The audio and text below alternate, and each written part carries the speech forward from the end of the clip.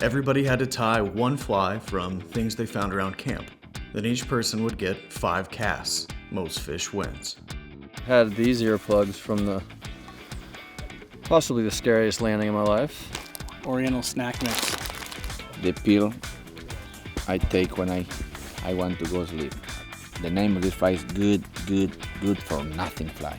Well, what I'm looking for in this competition is the creativity of the tie that each angler put together, along with the size of the fish that they catch.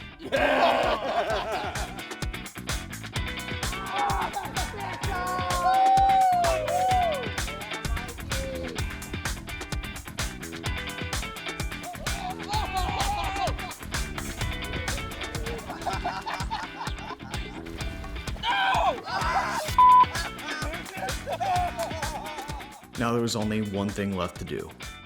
Shoot some guns.